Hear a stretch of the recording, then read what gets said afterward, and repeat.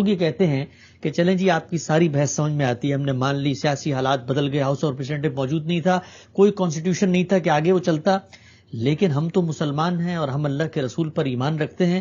جب اللہ کے رسول نے ایک معاملے میں یہ فیصلہ کر دیا، سیدنا ابو بکر کے بارے میں اللہ کے رسول نے کیا، اس کے بعد جمہوری اصول کے تحت ہو گیا، لیکن جب رسول اللہ نے رخصت ہوتے ہوئے کہا کہ عمار کو باغی گروہ قتل کرے گا اور یہ انہیں جنت کی طرف بلائے گا اور وہ جہنم کی طرف، تو اب جو کچھ سیاسی تنازع بعد میں ہوا ہے اس کو تو پھر ہم رسول اللہ کے ارشاد کی روشنی میں دیکھیں گے اور پھر سمجھیں گے کہ وہاں کیا ہوا۔ میں آپ سے براہ راست سوال پوچھتا ہوں اس بات پر، یہ مجھے بتائیے گا کہ اگر اللہ کے رسول نے یہ فرما دیا کہ عمار کو باغی گروہ قتل کرے گا اور عمار قتل ہوئے ایک جنگ میں اور سامنے ایک فریق موجود ہے، تو اس فریق کو اب رسالت مآب صلی اللہ علیہ وسلم کے ارشاد کے مطابق باغی کیوں نہیں سمجھا جائے گا؟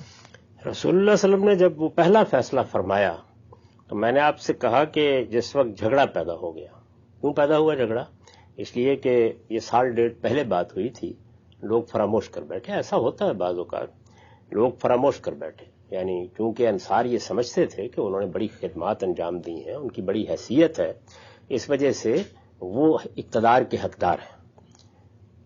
سیدنا ابو بکر صدیق نے جب یہ صورتحال دیکھی تو کیا میں نے یہ روایت پڑھ کے انصار کو سنائی تھی یا سیدنا صدیق نے سنائی تھی؟ سیدنا صدیق نے سنائی تھی نا۔ تو اب رسول اللہ صلی اللہ علیہ وسلم نے اگر کوئی فیصلہ فرمایا تھا تو اس فیصلے کی بنیاد پر فیصلہ مجھے کرنا ہے، آپ کو کرنا ہے، یا اس شخص کو کرنا چاہیے، اس شخصیت کو کرنا چاہیے جس کے حق میں یہ بات کہی گئی ہے؟ اس شخصیت کو کرنا چاہیے۔ نہیں، سیدنا صدیق نے جب یہ رسول اللہ کی روایت سنائی یا آپ کے فیصلے کا حوالہ دیا تو کس لیے دیا؟ اس لیے دیا کہ جو نزاع اس وقت مہاجرین قریش میں اور انصار میں برپا ہو گیا ہے، اس نزاع کا فیصلہ چونکہ پہلے سے ہو چکا ہے۔ اب یہی فرما رہے ہیں نا کہ حضور نے فیصلہ کر دیا، تو انہوں نے دیا نا اس کا حوالہ۔ سقیفہ میں اس کو بیان کیا، سیدنا علی نے اس کا حوالہ کس دن دیا؟ میرے بھائی، کہ یہ فیصلہ یہاں بیٹھے ہوئے میں کر رہا ہوں، آپ کر رہے ہیں، اور کس تمطراق کے ساتھ کر رہے ہیں کہ فیصلہ ہو گیا۔ اس فیصلے کی سب سے زیادہ ضرورت کس کو تھی؟ سیدنا علی کو۔ سیدنا علی کو۔ یعنی ظاہر ہے کہ ان کی حکومت کو ماننے سے انکار کر دیا گیا۔ ایک سلطنت کے بہت بڑے حصے میں ایک لحاظ سے بغاوت کی صورت پیدا ہو گئی، ٹھیک، لوگ اس کو قبول کرنے کے لیے تیار نہیں ہوئے۔ سیدہ عائشہ کے ساتھ طلحہ و زبیر تک شامل ہو گئے اور اس کے نتیجے میں جنگ جمل ہوئی۔ ٹھیک، وہ کیسے ہوئی وہ اس وقت ہمارا موضوع نہیں ہے۔ ٹھیک، اس طرح کی صورتحال میں ایک فیصلہ رسول اللہ کر چکے ہیں۔ سقیفہ بنی ساعدہ میں تو حضرت ابوبکر نے فوراً اس فیصلے کا حوالہ دیا، اور سعد بن عبادہ جو اختلاف کر رہے تھے، جو خود امیدوار تھے قیادت کے، جب انہوں نے پوچھا کہ تم سعد جانتے نہیں ہو کہ حضور نے یہ فیصلہ سنایا تھا، تو انہوں نے کہا صدقتا۔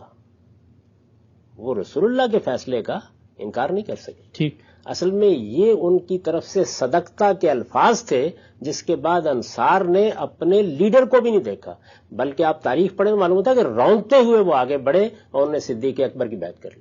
اچھا، فیصلے کا حوالہ دیا نا۔ ٹھیک۔ اب سیدنا علی کے بارے میں یہ فیصلہ تھا کہ حق پر کون ہے، یہی مسئلہ تھا نا، یہی زیر بحث تھا کہ اس وقت کیا ان کی حکومت ٹھیک قائم ہو گئی ہے، ٹھیک قائم نہیں ہوئی۔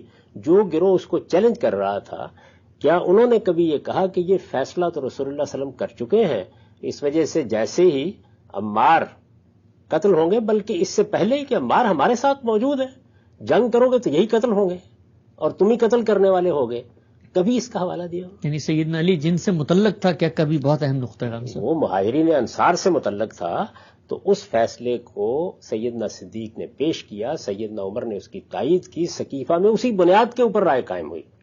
رسول اللہ کا فیصلہ سامنے آنے کے بعد کون سر اٹھا سکتا ہے؟ تو میں یہ عرض کر رہا ہوں کہ جس کو آج بیٹھ کے فیصلہ قرار دیا جا رہا ہے، اس فیصلے کا حوالہ سیدنا علی نے کس وقت دیا؟ یعنی کیا پہلے مرحلے میں دیا؟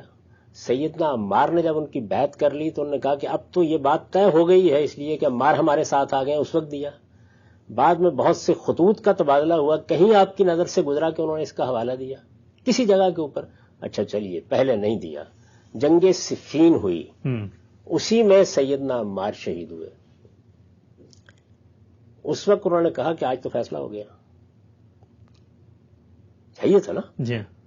اس موقع کے اوپر صفین میں خود ان کے اپنے لشکر میں جھگڑا اٹھ کھڑا ہوا، جس کے بعد خوارج پیدا ہوئے ہیں. یعنی یہ میں کوئی انفرادی واقعات میں اخبار احاد نہیں سنا رہا آپ کو، بلکہ اسٹیبلش ہسٹری کا حوالہ دے رہا ہوں. صفین کی جنگ سیدنا معاویہ کے اور ان کے مابین ہوئی. اس موقع کے اوپر انہوں نے یہ بات کہی. اچھا، اس طرف سے یعنی دوسرے فریق کی طرف سے مصحف اٹھا کے کہا گیا قرآن کے مطابق فیصلہ کر لیتے ہیں. اس کا جواب اس سے بہتر کیا ہو سکتا تھا کہ قرآن میں تو اصول بیان ہوتے ہیں، ان کی تو پھر انٹرپریٹیشن اور تعبیر میں جھگڑا ہوگا. یہ تو رسول اللہ فیصلہ فرما چکے ہیں. بہت اس وجہ سے وہ اگر قرآن اٹھا رہے تھے تو ادھر عمار بن یاسر کا لاشا موجود تھا. وہ تو گویا بول بول کر کہہ رہا تھا کہ رسول اللہ فیصلہ فرما چکے ہیں. سیدنا علی نے اس کا کہیں ذکر کیا نہیں، ان مخالفین کے سامنے کیا نہیں. جس وقت مصحف اٹھا کے کہا گیا کہ آئیے اس کی روشنی میں فیصلہ کر لیتے ہیں، انہوں نے اس کا حوالہ دیا نہیں. کسی جگہ تاریخ میں. مجھے بتا دیجئے کہ وہ اس کو اس حیثیت سے زیر بحث لایا جو خود فریق ہیں، جو خود فریق ہے. یعنی یہ تو ان کو سب سے پہلے کہنا چاہیے تھا کہ یہ تو فیصلہ میرے حق میں ہو گیا، اس لیے کہ سیدنا علی تو اپنے آپ کو برحق ہی سمجھتے تھے نا. میں اس سے پہلے عرض کر چکا ہوں، اور ان کے برحق سمجھنے کے وجوہ موجود تھے. بالکل واضح ہے. یعنی اسی طرح سے انہوں نے حکومت سنبھالی، اسی طریقے سے انہوں نے کوئی لشکر کشی نہیں کی تھی، وہ کسی پر حملہ آور نہیں ہوئے تھے. جو پہلے سے ایک دستور چلا آ رہا تھا، وہ دستور جتنا کچھ بھی ضعیف ہو گیا تھا وہ ایک الگ بحث ہے، لیکن اسی کے مطابق انہوں نے اقتدار سنبھالا تھا. تو ان کو سب سے زیادہ اس کی ضرورت تھی کہ وہ اس کا حوالہ دیتے. اور جب قرآن سامنے آ گیا تھا تو وہ یہ کہتے کہ قرآن مجید میں تو کوئی اطلاقی بات ہو ہی نہیں سکتی. قرآن کے عالم تھے نا وہ، ہو ہی نہیں سکتی. رسالت مآب صلی اللہ علیہ وسلم تو اطلاقی طور پر فرما چکے ہیں کہ اس کا فیصلہ ہو جائے گا کہ کس نے بغاوت کی ہے اور کون ہے جو اس موقع کے اوپر حق پر ہے، اور یہ فیصلہ عمار کی لاش کر دے گی، اور وہ سامنے پڑی ہوئی موجود ہے. کبھی انہوں نے یہ بات کہی نہیں.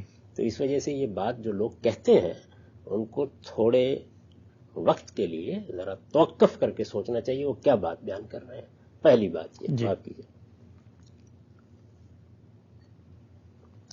دوسری بات یہ ہے کہ اس میں جو فیصلہ آپ بیان فرما رہے ہیں، جیسے آپ روایت پیش کر رہے ہیں کہ یہ فیصلہ اس میں صرف یہی نہیں ہوا کہ ایک گروہ بھاگی ہے، یہ فیصلہ بھی سامنے آ گیا کہ وہ جہنمی بھی ہے.